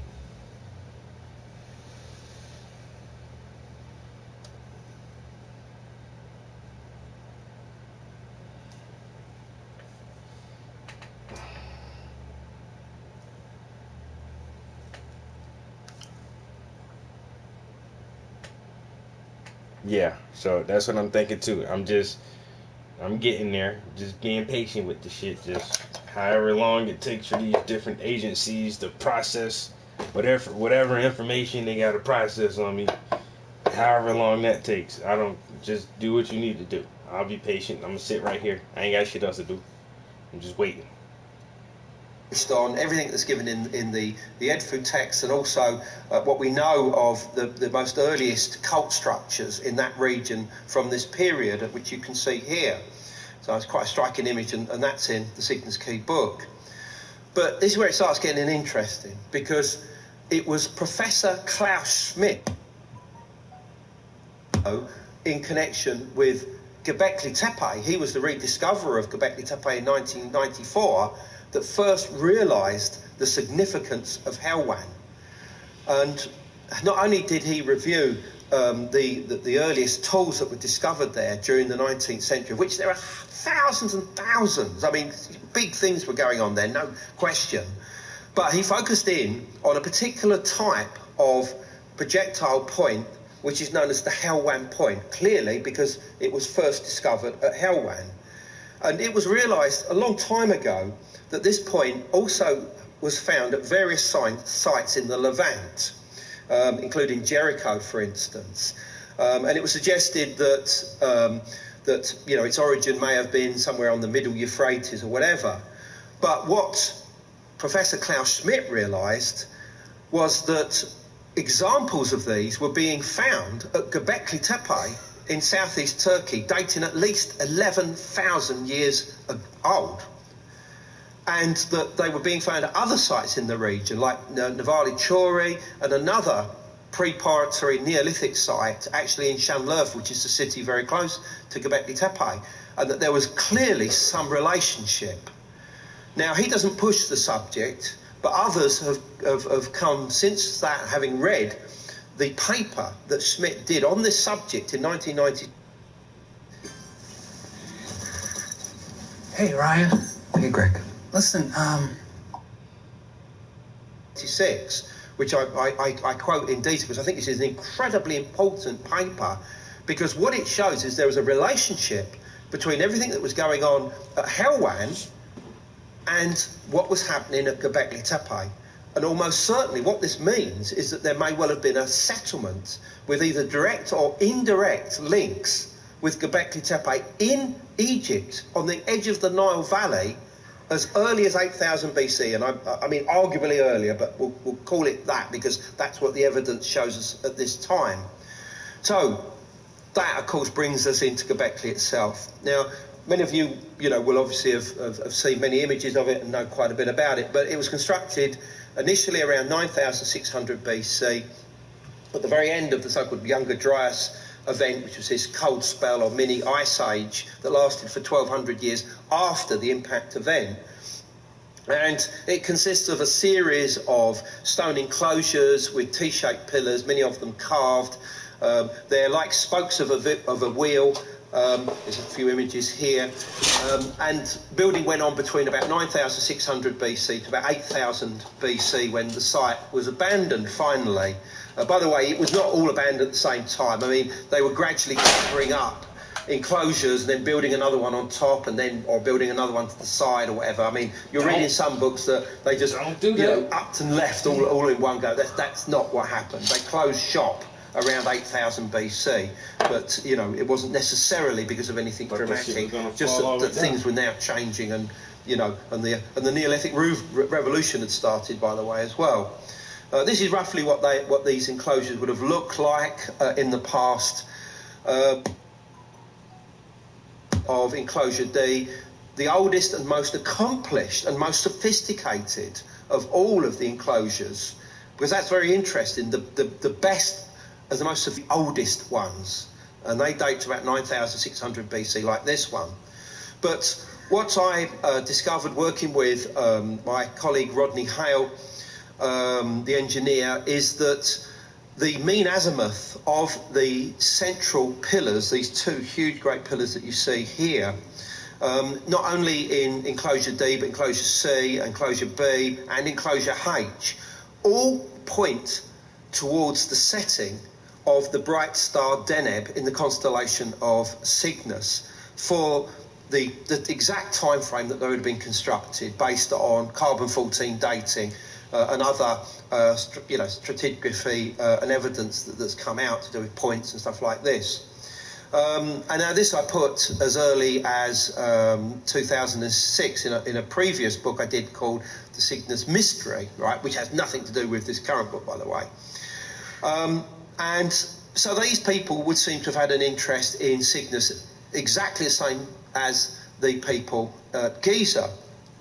And enhancing this even further is the fact that at the back of 3 of the enclosures, oh, hold on, I'm pressing the wrong buttons,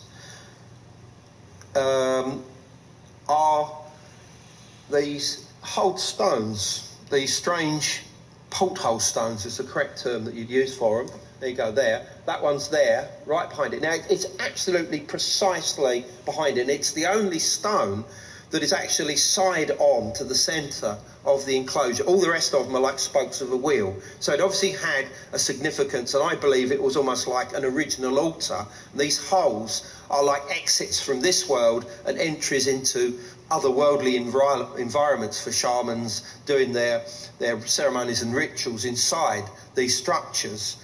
And obviously the idea of holes being the points of connection with the other world is something that's very strong and known in many shamanic traditions around the world. So, you know, this, and so in other words, these porthole stones further enhance this connection with the setting of Deneb in Cygnus, because in theory you'd have been able to stand in the centre of these enclosures and actually look through these porthole stones at the star setting during the epoch of construction. Now, we don't know, but you know, it's there, and I think that's important. So that's that. Oops, I'm going backwards. Sorry, pressing the wrong buttons. But probably the most important and most famous of all the stones at Göbekli Tepe is Pillar 43. Now that's in enclosure D. It's right next to the porthole stone. There's the porthole stone there. Right next to it is the vulture stone in the northwest. And this is something I've looked at a lot, and I would not be the first person that said that I'm pretty certain that it actually, that there's a vulture on there, a big weird-looking flappy-winged vulture there. Oh, cool, I got it. And that this represents the constellation of Cygnus. The vulture was one of the symbols of Cygnus on the Euphrates and in Greek tradition, but also in Armenia, which is the neighbouring country to what is today Turkey. There was a constellation of the vulture known as Angelk, which, you know, was important, also means angel, interesting enough. And in the knowledge that Armenia originally included the area of Göbekli Tepe, I think that this is something that's important and can't be ignored. And now some of my colleagues think that the vulture represents Sagittarius. I don't accept that at all, and that the strange ball on the shoulder of the thing, I'll show it to you in the next picture, represents the sun going through Sagittarius. I don't think it's that at all. The ball represents two things. Firstly, it's the soul of either the deceased or the shaman in the otherworldly environment going into the afterlife, because the soul was seen to inhabit the skull, you know, the head, basically. And that became a symbol of the soul, not just in Near Eastern tradition, where they would actually remove the skulls and decorate them and communicate with the ancestors through them, but it's a universal thing. I mean, you find it in Native American tradition as well, where the actual symbol of the soul or spirit is actually a little skull. Well, at Göbekli Tepe and in southeast Turkey, this this circle becomes a representative of that soul, and I've got academic references for this, so that's pretty well established. But it also, I think, represents this whole between this world and the other world, because my colleague Rodney Hale looked at the imagery of the vulture stone and was able to accurately align it so that if the bull is superimposed with the northern celestial pole, the centre of the sky, which you can see here, right, that Cygnus is in its perfect place.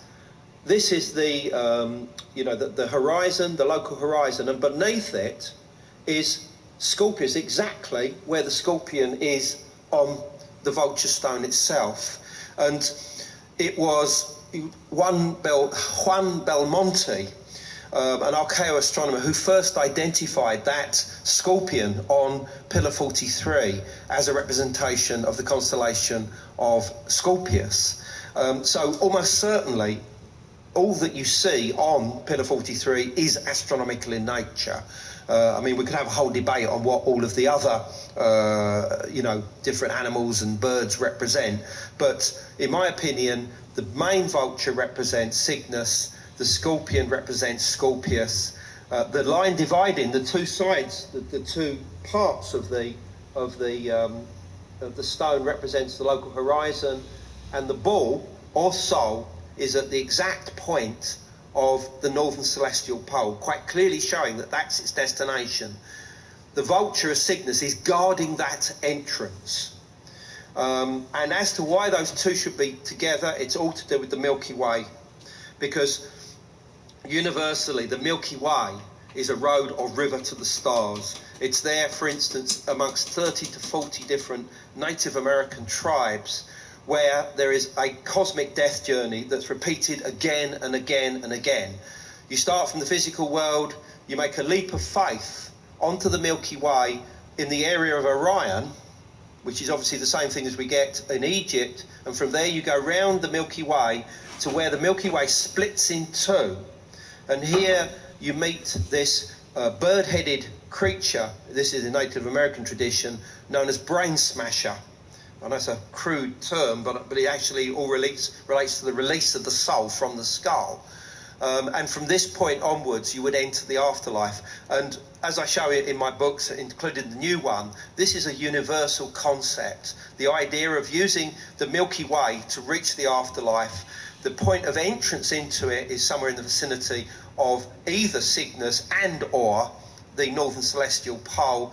And the points of access onto the Milky Way are at two sides of the sky. On one side, it's where the sun crosses in the vicinity of Sagittarius and Scorpius. On the other side of the sky, it's where the sun crosses the Milky Way in the vicinity of Taurus, Gemini, Orion, and the Pleiades. Those are the points of entry onto it. It was necessary to make that journey to reach your destination.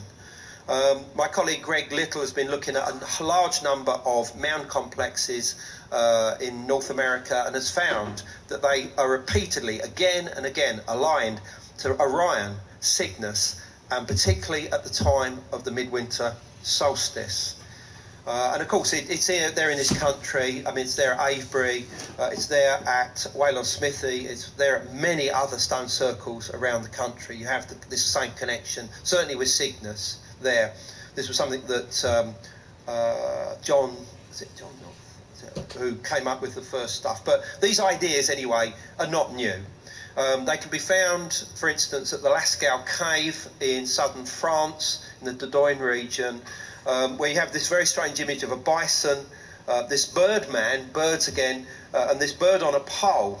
And a German archaeoastronomer by the name of Michael Rappengluck of Munich University realised that this was actually showing the area of the sky in the very north, because around 15 to 16,000 BC, because the northern celestial pole at that time corresponded to the Cygnus constellation. The two were together for about 3,000 to 4,000 years. And a lot of the ideas that connect Cygnus as the place of the entry into the afterlife are leftovers that continued to remain amongst the human populations through to the time of Göbekli Tepe. I mean, for instance, this image here, done by my good friend Nick Burton, shows the interior of this so-called well shaft at Lascaux, and those images of the bison, the birdman, and the bird on the pole, which, by the way, the bird on the pole is the cosmic axis, with the bird on top is Cygnus itself. And it's in the north, exactly where it should be placed. It's almost like this is like some kind of, you know, Ice Age observatory, symbolically, of course, looking as if you could see through the walls of the well shaft towards those exact stars where they would be in the sky. And I believe that even these ideas weren't even new at this time, that they go back a much earlier age. Now, the Edfu building texts tell us a lot more about the first enclosure. Not only do they say that it had to be in the north, which because obviously of the connections with the northern stars, but it also tells us that specific geometry was involved. I mean, Robin Heath was talking about the use of 3-2 and 4-3 triangles. Well, that's exactly what the Edfu building texts talk about, particularly the 3-2. And we find this in the Grand Design at Giza, the 3-2 and the 4-3 triangles, which is something that is here, but unfortunately we haven't got time to go into today. But more importantly, and I think this is going to interest you far, far more, is that it's also at Göbekli Tepe. That is a perfect 4-3 ellipse, and that matches exactly the shape of Enclosure D at Göbekli Tepe. And not only that, but the centre line of it goes precisely through the porthole stone. It's perfectly aligned. Plus, the two central pillars are also 1/3 distance using that same 4-3 ellipse. But it's not just on Enclosure D. It's their Enclosure C as well, which has 2 areas. They put a smaller stone circle inside the bigger one at a later date.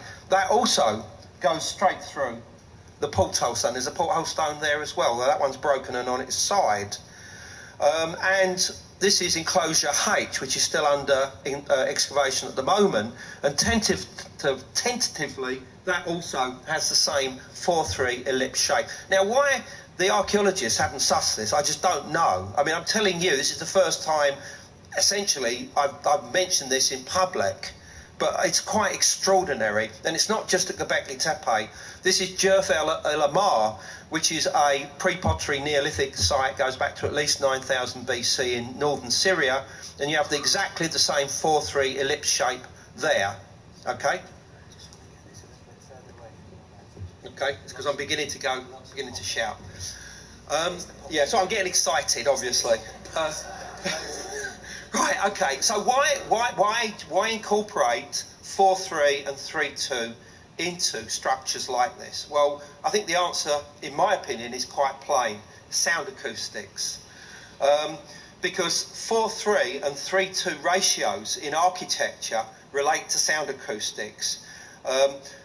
Because whether this is symbolic or practical, it enhances the acoustics of a place, not just simply because of the shape, but because the 4-3 and the 3-2 relate to what's known as musical intervals. And these are the combinations of 2 notes to create these perfect sounds. So the 4-3 relates to the perfect fourth, and the 3-2 ratio, which is simply the inverse form. They're both exactly the same, but they're just, one's an inverse form of the other, relates to what's known as the perfect fifth. Now, I'm assuming that at some point Steve Marshall has presented his work on the Long Barrows. Which one is it? West Kennet Long Barrow, and all the work that he's done to do with sound acoustics there. He also found that it related to the 4-3 ratio, and that this was incredibly important to the sound acoustics of West Kennet Long Barrow. Smoke. And what's interesting is that in architectural design, even to this day, 4-3 ratios are used to enhance sound acoustics. Did you know that? No, it's a fact. Again, I've quoted the references in my book. I couldn't believe it when I saw it. So in other words, you know, what they're saying in connection with architecture today might as well have been written for Göbekli Tepe. Now, people have suggested in the past that Göbekli Tepe may have been used for sound acoustic reasons, but they have not come up with any kind of specifics to do with geometry or the design of the place. So, where did this cosmology come from? And this is where we start to move away both from Turkey and from Egypt. You know, where did these ideas come from?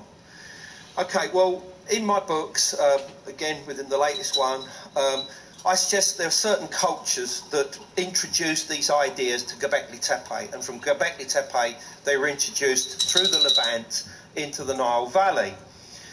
One of which is the Swiderian culture. The Swiderian culture, an incredibly advanced culture that existed in what is today Russia and Ukraine, stretching from the Ural Mountains in the east right the way across to the Carpathians and Poland in the east.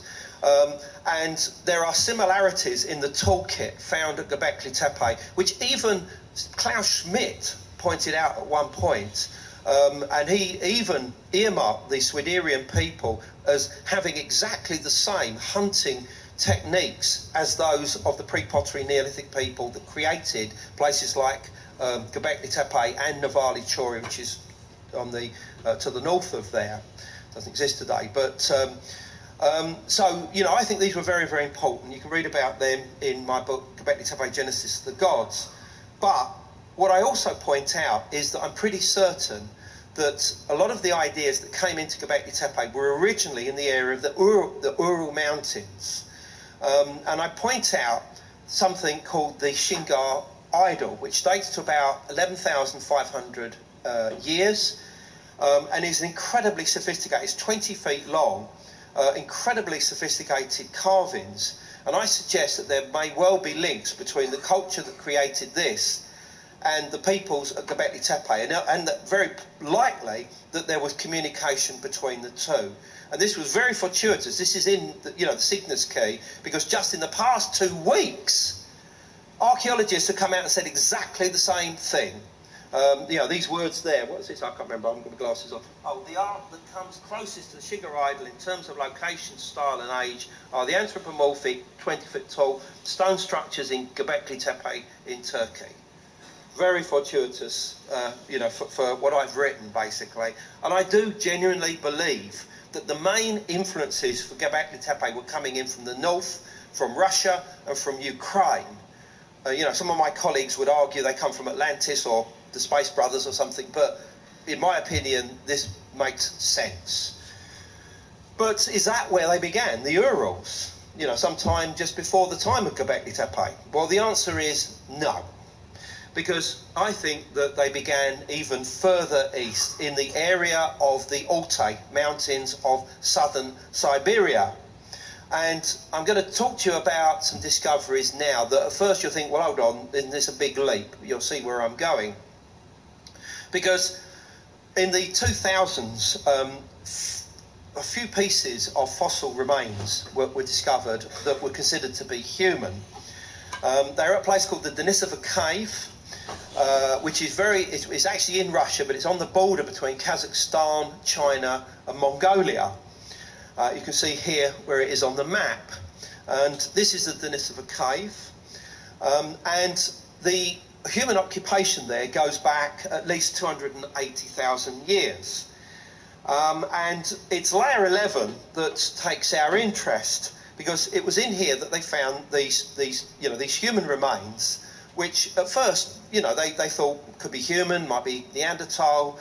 But when the genome was done on one of these bones, a small little pinky bone or finger bone, in 2012, it was realised that this particular human population was not Neanderthal and was not modern human. It came from something else that they'd never seen before.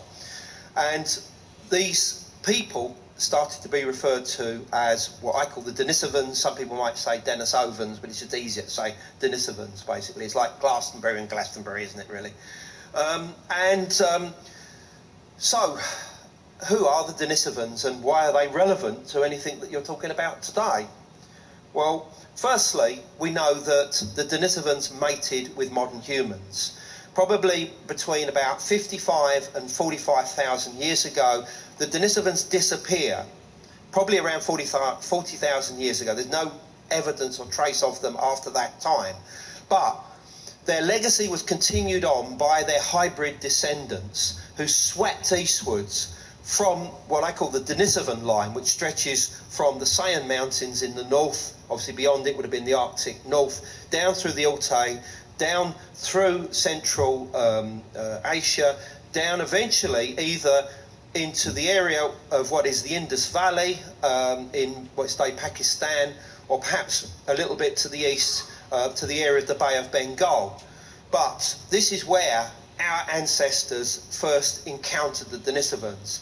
But as we swept ever eastwards, we carried their DNA, their genes, eastwards into everywhere, from the Russian Far East to China to Southeast Asia, into India, into Australia, into Melanesia, and into North America and South America. There is no known Denisovan DNA west of the area of the Altai Mountains. Not yet. Not been found, certainly in modern populations. The only one possible candidate is Finnish. They seem to have a very small amount of Denisovan DNA and ancestry in them. But what happened when we first met these people for the first time? Well, we'll answer that question in a second, but I want to show you this. This is so important. So important that my colleague Graham Hancock shot out to Denisova Cave last October. And I must point out at this time that we've been working on the Denisovans and their importance since at least 2013. And I must thank my colleague and friend Debbie Cartwright for insisting that I look into the Denisovans, because they were so important to everything. So cheers, Debbie, thank you for that. Because this changes everything. What you see in front of you is a stone bracelet, as they call it. It's more like a bangle, which is made of a beautiful green stone called chlorite, and it was part of a larger item of jewellery, which you can see here, which possibly would have had something hanging off of it. But what's so important about this is not only is it incredibly finished, but there is a hole through it with a speed drilling rate that's so fast that it almost compares to a modern drill. But the age of this is 60 to 70,000 years ago, and the archaeologists now accept that this was made by the Denisovans, not by us. It was found in layer 11, the Denisovan layer. And the next time that anything like this occurs in the human record is a place called Ashikli Hoyak in central Turkey, the same culture as Göbekli Tepe. And you can see this beautiful obsidian bracelet here, beautifully finished, but this is only about 10,000 years old. The Denisovan bracelet is 60 to 70,000 years. That changes everything. But there's so much more about the Denisovans that's now coming out. Firstly, and I'm not even going to go into this because it's just too complicated, but certain types of stone tools and stone projectile points begin in the Denisova cave in layer 11, the Denisova level, including something called pressure pipe flaking, or pressure technique, and microblade technology. It all starts in the Altai Mountains and specifically in the Denisova cave around 50,000 years ago. The Denisovans also created the first needles, the first bone needles. Here are two beautiful examples that we found, one of which you can see here. They date to at least 40 to 50,000, arguably more, which means they had tailored clothing. And here's where it starts getting even weirder, because they found animal bones, horse bones, inside the Denisova cave, which have suggested to some that the Denisovans not just domesticated horses, but rode them.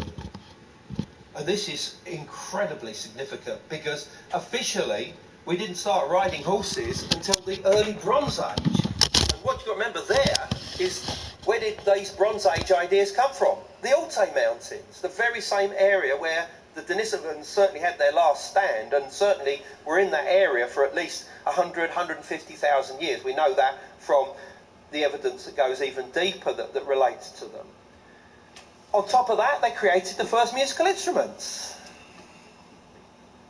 Evidence of a bone flute or whistle has been found in layer 11, the Denisovan layer, in the Denisova cave. I mean, it's broken. Alright guys, let me get out of here. Got a little bit of shit to take care of this morning.